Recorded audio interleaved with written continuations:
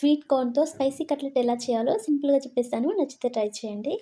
ముందైతే ఒక మిక్సీ జార్‌లోకి స్వీట్ కార్న్ వేసేసి ఎక్కువ సేపు మిక్సీ పట్టకుండా జస్ట్ ఒకసారి తిప్పి మిక్సింగ్ బౌల్‌లోకి వేయండి. ఇప్పుడు బైండింగ్ కోసం బియ్యపిండి, బొంబాయి రవ్వ వేసేసిన తర్వాత ఇప్పుడు టేస్ట్‌కి సరిపడా ఉప్పు, కారం, పావు టీ స్పూన్ పసుపు, అలాగే చాట్ మసాలా కూడా వేసేసిన తర్వాత తురుముకున్న క్యారెట్ తురుముని, సన్నగా తరిగిన క్యాబేజ్ తురుము, అలాగే కొత్తిమీర, పచ్చిమిర్చి, సన్నగా తరిగిన వెల్లుల్లి రెబ్బలు కూడా వేసేసి ఒకసారి అంతా కలిసేలా చక్కగా కలిపేసేయండి. ఇలా కలుపుతున్న టైంలో మనకి ఒక ముద్దలాగా ఫామ్ అవ్వాలి. అప్పుడే మనకి కట్లెట్స్ క్రంచీగా వస్తాయి. ఒకవేళ అలా రాలేదు అనుకుంటే మాత్రం ఇంకొంచెం బియ్య పిండిని అలాగే బొంబాయి రవ్వను కూడా యాడ్ చేసుకోవచ్చు. తర్వాత దోస ప్యాన్‌లో 2 టేబుల్ స్పూన్స్ వరకు ఆయిల్ వేసి ఆయిల్ వేడయ్యాక కార్న్ మిక్చర్‌ని ఇలా చేత్తో కట్లెట్లా చేసి ప్యాన్‌లోకి వేసేయాలి. ఇలా సరిపడినన్ని వేసిన తర్వాత మీడియం ఫ్లేమ్‌లో 3 నిమిషాల పాటు ఫ్రై చేసుకోవాలి.